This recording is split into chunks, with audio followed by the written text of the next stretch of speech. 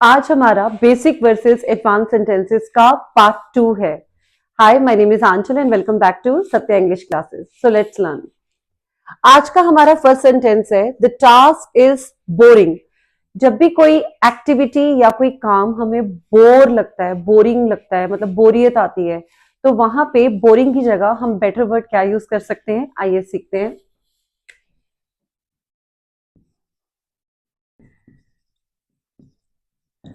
The task is monotonous, या मैं यहां पे कह सकती हूं the task is tedious. Monotonous की प्रोनाउंसिएशन बहुत ध्यान से देखनी है। इसे ना मोनोटोनस नहीं कहना, इसे मोनोटोनस कहना है। और दूसरा वर्ड होता है टीडियस, TEDIOUS, टीडियस। तो हमारा यहाँ पे सेंटेंस क्या बना, द टास्क इज मोनोटोनस, या हम कह सकते हैं द टास्क इज टीडियस। एक चीज और ध्यान रखनी है, अपनी फीलिंग के लिए हम मोनोटोनस वर्ड नहीं यूज करते हैं, फीलिंग्स के लिए ये वर्ड नहीं आएगा, ठीक है। तो यहाँ पे हम किसी एक्टिविटी के लिए लेंगे, कोई एक्टिविटी कर रहे हो या कोई काम कर रहे हो, तब मोनोटोनस या टीडियस वर्ड आता है। Next is she feels lazy on Sundays. Sunday के दिन जैसे बहुत आलस सा आता है, उस दिन कुछ एक्टिव नहीं फील करते हैं हम लोग, तो यहाँ पे लेजी के लिए बेटर वर्ड क्या हो सकता है, आइए सीखते हैं।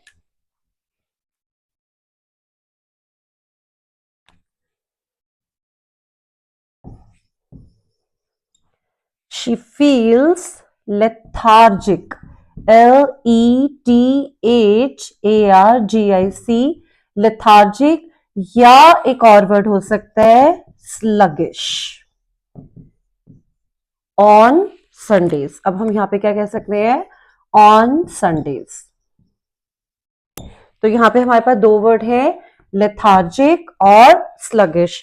ये दोनों वर्ड लेजी के लिए आते हैं, तो ये बहुत अच्छे वर्ड है, इनको हम यूज कर सकते हैं। नेक्स्ट है she is afraid of exams. Afraid का मतलब होता है डरना, जैसे वो एग्जाम से उसे डर लगता है या एग्जाम का डर है, तो अफ्रेड की जगह बेटर वर्ड क्या हो सकता है, शी इज स्केयर्ड। यहां पे हम यूज कर सकते हैं वर्ड स्केयर्ड, SCARED, स्केयर्ड, या एक और वर्ड हो सकता है पेट्रीफाइड, PETRIFED। अब एक चीज और ध्यान रखनी है, स्केयर्ड का मतलब तो अफ्रेड ही है, डरना। पेट्रीफाइड का मतलब भी डरना है, लेकिन जब बहुत ज्यादा डर लगता है ना, तब पेट्रीफाइड यूज करते हैं।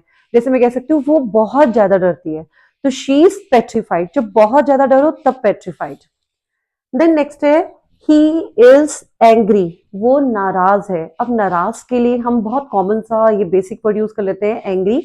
तो इससे बेटर वर्ड क्या हो सकता है, हम कह सकते हैं ही इज। अब एंग्री के लिए वर्ड हो सकता है फ्यूरियस, या एक और वर्ड होता है, इसकी स्पेलिंग है FURIOUS, या एक और वर्ड हो सकता है एजिटेटेड। ये भी गुस्से के लिए आता है, अगर कोई नाराज होता है तो ही इज फ्यूरियस, या हम कह सकते हैं he is agitated. Okay, next हमारा यहाँ पे सेंटेंस है आई एम कंफ्यूज्ड। कंफ्यूज मतलब उलझन में होना, जब हम पजल्ड होते हैं क्या करें, तो कंफ्यूज की जगह हमें बेटर वर्ड क्या कहना चाहिए, सेंटेंस हो सकता है, कंफ्यूज से बेटर वर्ड है यहाँ पे perplexed. Let me write it with the red pen, red marker.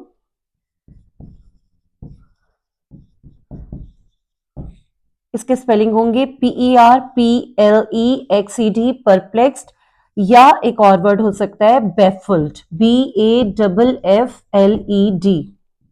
ये दोनों ही बहुत ही अच्छे वर्ड है यहाँ पे कंफ्यूज्ड के लिए। मैं यहाँ पे कह सकती हूँ ही इज परप्लेक्स्ड, या मैं कह सकती हूँ he is baffled. Both are very nice word and you can use in your day to day conversations.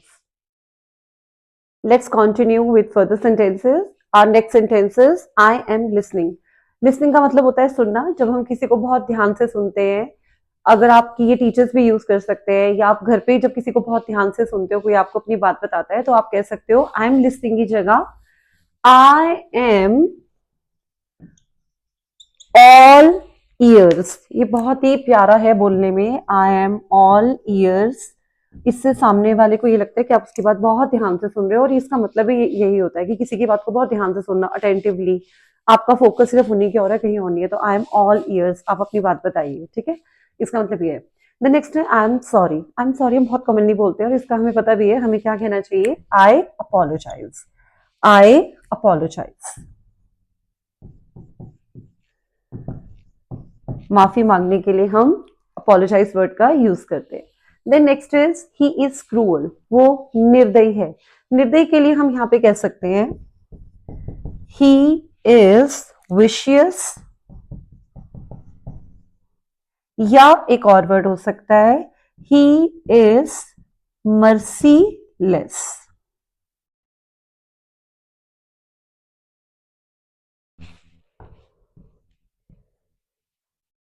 Vicious और मर्सीलेस दोनों का मतलब ही क्रूअल होता है, जिनमें दया की भावना नहीं होती, निर्दयी होते हैं, ठीक है।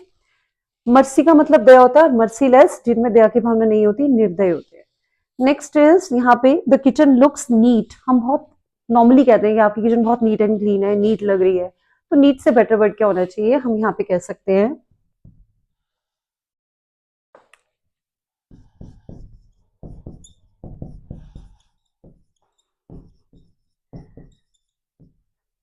अब ये बहुत ही प्यारा वर्ड है, प्रिस्टीन। नीट एंड क्लीन के लिए हम क्या वर्ड यूज कर सकते हैं, नीट के लिए प्रिस्टीन।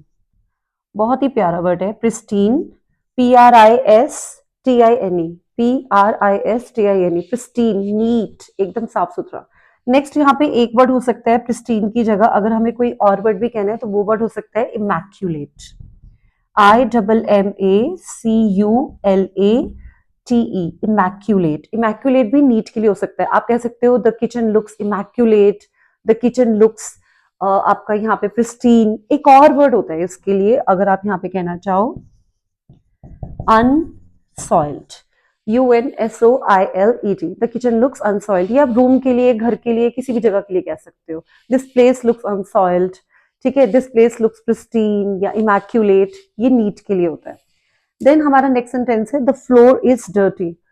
फ्लोर डर्टी है, गंदा है, आप रूम के लिए भी कह सकते हो, किसी भी चीज के लिए कह सकते हो, अगर कोई चीज डर्टी है तो हम वहां पे क्या वर्ड बोल सकते हैं, डर्टी से बेटर क्या हो सकता है, the floor looks messy, MESSY, messy is one word.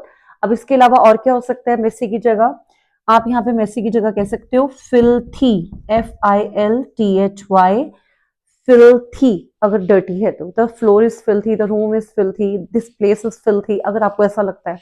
Then एक लास्ट वर्ड, मैंने आपको अनसॉइल्ड बताया था नीट के लिए, तो फिर डर्टी के लिए क्या हो जाएगा इसका उल्टा, soiled, SOILED. I hope these sentences will be useful. You will start using these words. Bye bye.